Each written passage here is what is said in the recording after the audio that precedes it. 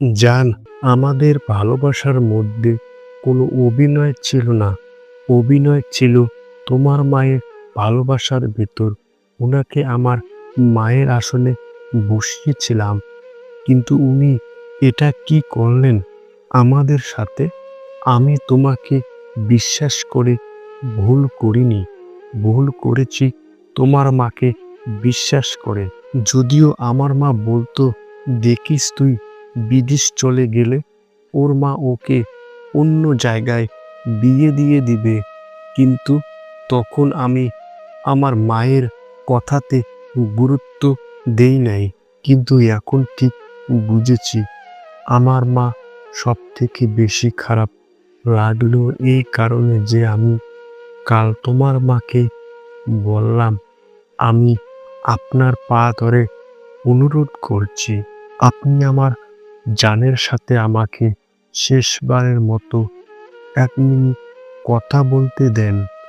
কিন্তু উনি এটা না করে তোমার মামার কাছে ফোন দিল। আর তোমার মামা অনেক অনেক বাজে কথা বলল। উনি বলল, আমি নাকি তোমাদের সম্পত্তির লোভে তোমাকে ভালোবাসি। আসলে উনার কোনো দোষ নাই, কারণ উনি তো জানেই না ভালোবাসার সম্পর্ক কি। উনি শুধু চেনে টাকা। আচ্ছা মামা, আমি যদি সম্পত্তির জন্য আপনার ভাগিনকে ভালোবাসতাম, তাহলে ওকে না পাওয়ার কারণে হাসি মুখে মরতে রাজি হতাম না। জান, তোমার প্রতি আমার একটু রাগ নেই, আছে শুধু বুক ভরা ভালোবাসা। তোমার কাছ থেকে যতটুকু ভালোবাসা আর বিশ্বাস পেয়েছি, তাতেই আমি সন্তুষ্ট। আর আমার প্রতি তোমার ওই ভালোবাসা নিয়ে আজ হাসি মুখে মরছি।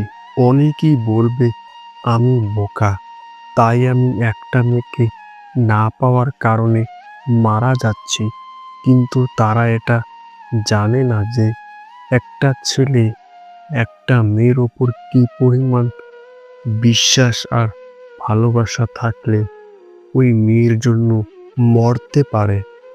যাই হোক জান, তুমি আমার কথা ভেবে কষ্ট পেও না। জানো জান, কাল রাত থেকে ওই গেঞ্জিটা পরে আছে, যেটাতে তোমার শরীরে ছোঁয়া লেগে আছে।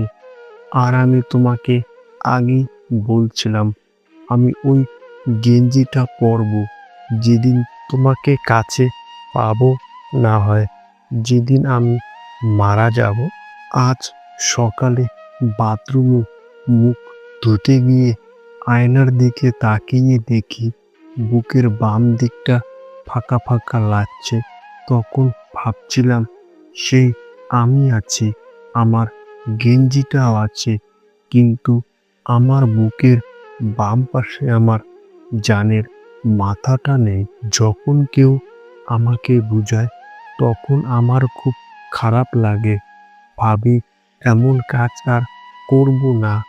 কিন্তু যখন একা থাকি আর ভাবি তুমি না থাকলে আমি কি করব, তখন আমার আর মাথায় কাজ করে না। অনেক আগে থেকেই তোমাকে ছাড়া বেঁচে থাকার চিন্তা বাদ দিয়েছি। জান, তুমি তোমার নতুন জীবন শুরু করো। আমার জন্য তুমি একটুও মন খারাপ করবা না। আমি তো আছি তোমার ভিতরে। তোমার বাহির দিকটা যেটা সবাই দেখে সেটা তুমি, আর যেটা ভিতরে আছে, যেটা কেউ দেখে না, সেটা আমি। তাই জান, তুমি আমাকে তোমার ভিতরে বাঁচিয়ে রেখো। আর আমার ইচ্ছেগুলোকে পূরণ করার চেষ্টা করো।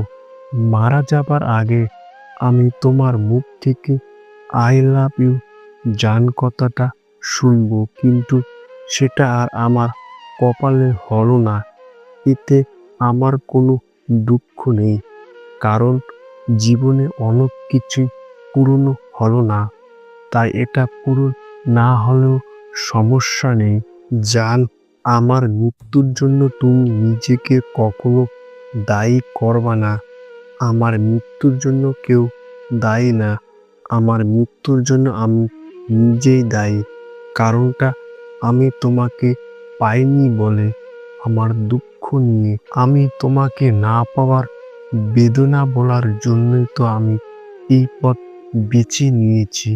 কিন্তু আমার খারাপ লাগে আমার পরিবারের কথা ভেবে। আমার পরিবারের সবাই আমার কাছে অনেক কিছু আশা করে, কিন্তু আমি তাদের কিছু দিতে পারলাম না। আমার মা আমাকে যেই পরিমাণে ভালোবাসে, আমার যদি ৭ বার জন্ম হয় আর আমি যদি ৭ বারই সারা জীবন আমার মার পা ধুয়ে জল খাই, তবু আমার মার ঋণ আমি শোধ করতে পারবো না। আর আমার বাবাও অনেক ভালোবাসে।